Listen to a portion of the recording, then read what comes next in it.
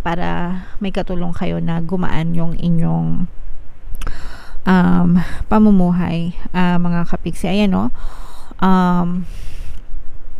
Yan. So, nakikita natin na talaga nagbubukas. Parang, this is happening real quick, very swift, mga kapiksi, na parang naisip mo lang siya, tapos parang pinag-aralan mo, and all of a sudden, eto na, everything is unfolding right on your face, ganyan. So, parang talagang binubuksan ni universe, mga kapiksi, yung mga pintuan ng opportunities para sa'yo. Ikaw na lang yung bahala na mag-decide kung tatahakin mo ba yung pintuan na yon.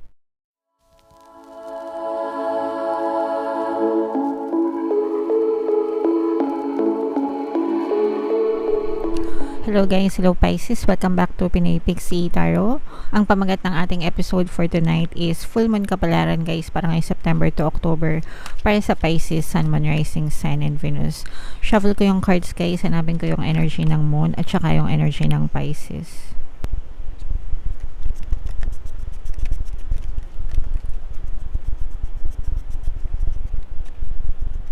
So ito yung energy ng Moon mga kapixie. Ngayon naman hanapin natin yung energy ng Pisces. Eto, so Pisces kayo guys ay na-represent ng Queen of Cups sa ating spread mga kapixie. Ito yung Moon energy. Combination guys ng positive and negative energy. General reading lang. Pwede mag-resonate, pwedeng hindi. Yung full moon guys ngayong September ay sa September 29. And then yung next full moon naman ay sa October 28. So ang reading na to ay para sa period na yan. And ang pangalan ng ating full moon ngayong full moon season ay corn moon or harvest moon. Combination guys ng positive and negative energy, okay? And general reading lang. Comment down below guys if naka-resonate kayo. Meron tayong presence guys ng fire signs, Aries, Leo, Sagittarius. For some of you, maaring may fire element ka sa iyong natal chart. For some of you, maaring you may be dealing with a fire sign, mga kapiksi. This is a very positive one, no? Yung iba sa inyo guys, feeling ko pwedeng na-stuck meron kayong kailangan pagdesisyonan sa buhay nyo, when, especially pagdating sa kaperahan, ganyan.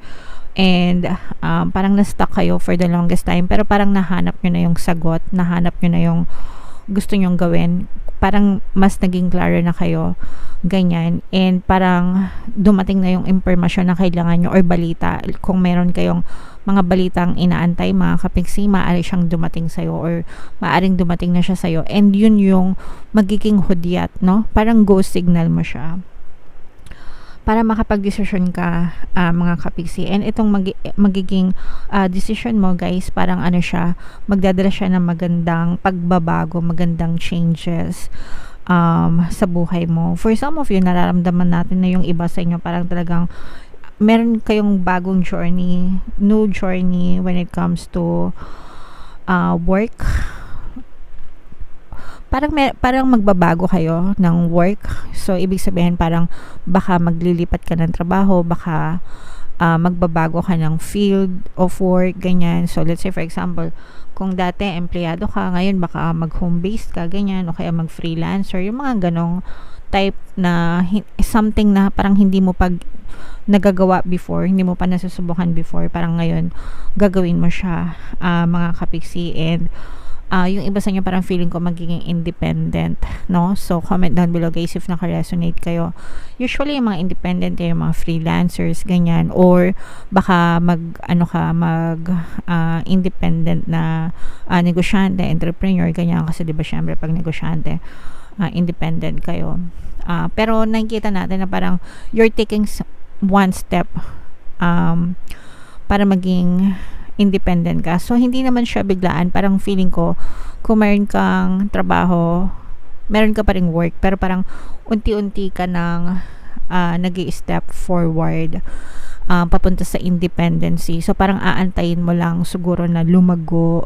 Kung ikaw may negosyo or side hustle, ganyan, parang aantayin mo lang siya na lumago, mag-boom, and then kapag okay na, parang feeling ko dun ka magde-decide, no, na iwanan yung iyong trabaho and mag-focus na lang sa iyong negosyo or sa side hustle or kung ano man yung iyong source of income, kung ano man yung iyong pinagkakakitaan.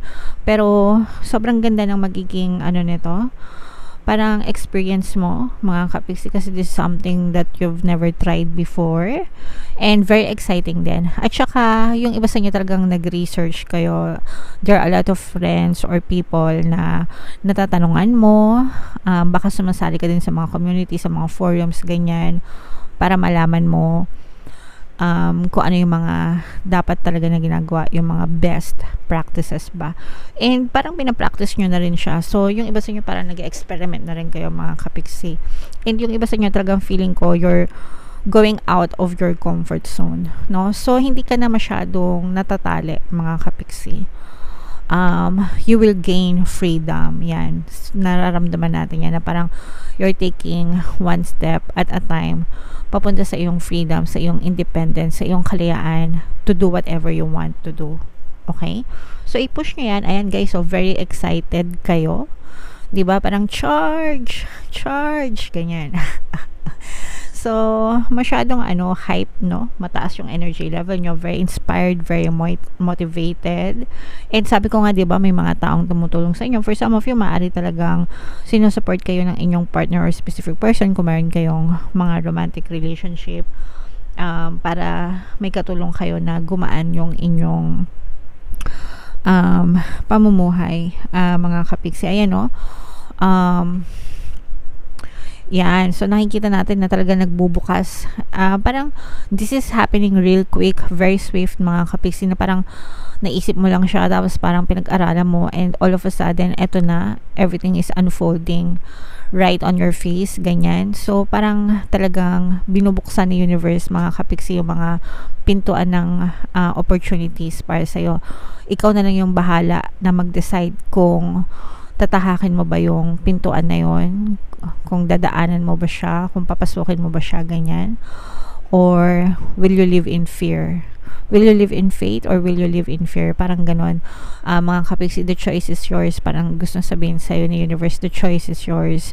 Dito ka sa kabila or dito ka, whatever, kahit ano pa yung piliin mo, it's your choice. You will always be blessed, mga kapiksi, kahit ano pa yung maging choice mo. Pero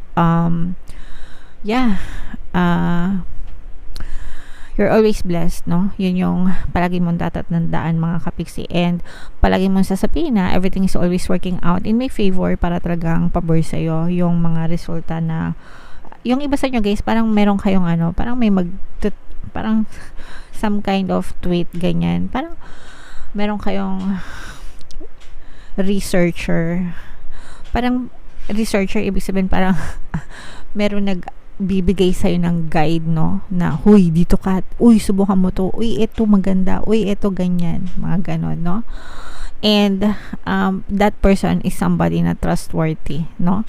Mapagkakatiwalaan siya. So, if mayroon kayong ganyang klase ng person, kaibigan or specific person, pwede mo siyang mapagkatiwalaan, hindi kanya ipapahamak, mga kapiksi. Alright? So, napakaganda, guys, no? Parang bukas na bukas yung pintuan ng opportunities para sa'yo. Ini-invite ka ng universe. So, halika na dito, subukan mo dito, baka na dito yung swerte mo, no? Baka na dito yung hinihiling mo, try mo. Okay? So, walang mawawala. Try and try until you succeed, mga kapiksi. Alright? So, comment down below, Pisces, if naka-resonate kayo. Sobrang ganda niyang energy na yan. Tingnan natin yung additional na mensahe para sa iyo, mga kapiksi, gamit itong deck na to. Habang sinashuffle ko to, guys, panoorin nyo muna itong video natin regarding sa ating paano mag-manifest ng abundance video course. Kapiksi, sawa ka na ba sa mga struggles at hirap sa buhay mo? Masipag ka ba at masikap sa buhay ngunit hindi ka pa rin umaasenso? Ilang beses ka na bang nag-attempt magnegosyo at mag-invest pero palagi ka pa rin nalulugi? Sa pagkakataon na ito ay maaaring may subconscious beliefs ka na nagiging balakid sa iyong pag-unlad at pagyaman. Introducing, paano mag-manifest ng abundance video course. Dito ay matututunan mong ma-overcome ang mga balakid mo para tuluyan ka ng umunlad, umasenso, sumagana, maging matagumpay, successful at maswerte sa iyong kabuhayan, pera, trabaho, negosyo, salapi at kaperahan ng bonggang-bongga. Dali, mag-send na ng email sa pinoypixitarot@gmail.com at simulan na ang iyong pagyaman ngayon. Alright, so mag-avail ka na ng course Kapiksi, sobrang ganda talaga niyan, and kapag natutunan nyo yung course na yan, magbabago talaga yung takbo ng buhay nyo. And magbibigay din ako ng 1 free pampaswerte subliminal until September 30 guys, no? So avail nyo na, sobrang ganda mga Kapiksi. Meron din tayong email coaching, manifest your desires using the law of attraction. If meron kayong mga specific na gusto nyong i-manifest, pwedeng love and relationship, pwedeng money or career guys, pwede kayong magpabook ng email coaching session with me. Mag-send lang kayo ng email mga Kapiksi.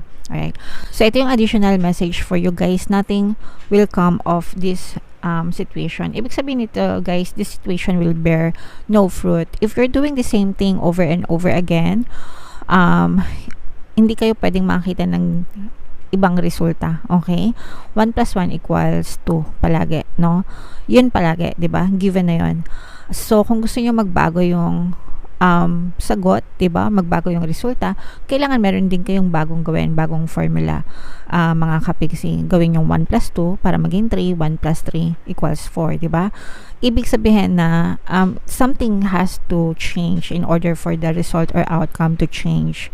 Naintindihan nyo ba? Dapat meron kayong baguhin para magbago yung resulta na ninanais nyo sa buhay nyo mga Kapiksi. Okay? You have to trust your highest good. Kailangan nyo matutong magtiwala, especially guys dun sa mga Kapiksi natin na natatakot na lumabas ng kanilang comfort zone, natatakot na gumawa ng mga bagong bagay, sumubok ng mga bagong bagay, ganyan. Kailangan yan ng sangkatutak or matibay na pananampalataya. Unang-una, yung confidence mo, yung paniniwala mo sa sarili mo. Pangalawa, syempre, yung nasa taas, especially if you're always praying, di ba? Kasi kung nagdadasal ka, bakit hindi ka maniniwala? Bakit hindi ka magtitiwala, di ba? Kaya ka nga nagdadasal para tulungan ka. So, you always have to surrender to the divine, to the creator, mga Kapiksi, to the universe, and you just have to trust the process. And sabi ko nga sa inyo, palagi nyo sasabihin on a daily basis, everything is always working out in my favor. I-comment nyo yan sa baba mga Kapiksi, no? Everything is always working out in my favor para talagang maging pabor sa nyo yung resulta, kahit ano pa yung maging desisyon mo sa buhay, kahit ano pa yung gawin mo sa buhay mga Kapiksi, especially if bago pa lang yung mga ginagawa nyo, wala kayong kasiguraduhan, hindi nyo alam yung magiging outcome, syempre hindi nyo naman malalaman yung resulta hanggat hindi nyo nasusubukan, di ba? Pero if you say that everything is always working out in my favor, nagbi-build ka ng confidence, no, na magiging pabor palagi sa inyo yung resulta, okay? So always affirm that mga Kapiksi. The chances of something are diminishing. Yung iba sa inyo, parang I'm sensing na yung iba nagbababay na kayo dun sa mga past nyo and nagwe-welcome kayo, no, ng mga bagong opportunities. Yun yung nakita natin no, yung parang mga opportunities talaga na sudden changes, yan. Yung reading mo mga Kapiksi, it's about sudden changes na parang hindi mo hinagap na mangyayari sa'yo, okay? But this is the result of your manifestation. This is a result in shift ng iyong paniniwala mga Kapiksi. Kapag nagbago yung belief system mo, magbabago din yung iyong circumstances, iyong 3D. So nakikita natin na yung iba sa inyo nagkakaroon talaga ng belief change in your belief system, kaya nagbabago din yung takbo ng buhay nyo. Guys, hindi magbabago yung takbo ng buhay nyo hanggat hindi nagbabago yung beliefs nyo, okay? Because what's reflected in your reality is always your belief system, yung paniniwala nyo, okay? Alright. Believe that you will get what you need. Of course, diba? Kailangan mo maniwala, but it doesn't matter even if you don't believe at first, kasi sa simula, hindi naman talaga kayo maniniwala, no? Lalo na pag wala kayo nakikitang resulta, diba? Maniniwala ka ba agad-agad? Syempre hindi. Kaya nga yung iba, sinasabi pa nila, firm pa sila, no? To see is to believe, diba? Pag nakita sila ng resulta, tsaka sila maniniwala. But that's a very wrong conception, no? Because you have to believe, the belief has to be seeded first before it's being showed up in your reality. Kaya nga sabi ko sa inyo, hindi magbabago yung sitwasyon nyo hanggat hindi nagbabago yung belief system nyo, okay? Pero even if you don't believe at first, sa simula, pag hindi kayo naniniwala, pero you stay consistent and nagpa-persist ka, you will always see results in your reality. Basta nagpo-persist kayo, nagtsatsaga kayo, mga kapiksi. Alright? Surrender to the divine. Very important, mga kapiksi, no? Pagpasa taas nyo yan, and for some of you, take time out, magpahinga, meditate, contemplate, i-analyze nyo kung ano talaga yung nais nyong marating sa buhay nyo, mga kapiksi. Alright? Okay, so comment down below, Pisces, if naka-resonate kayo dyan. Yung mga pinapa-comment ko sa inyo, i-comment nyo sa baba, no, para talaga ma-align kayo sa energy ng reading. And ito guys, yung ating 2024 kapalaran, pick a card version kung hindi nyo pa napapanood. Panoorin nyo na guys, super nice, super ganda. And ito naman yung ating success stories ng paano mag-manifest ng abundance video course. Thank you for liking, sharing, and subscribing guys, and see you again next time. I love you all. Have a nice day. Bye-bye.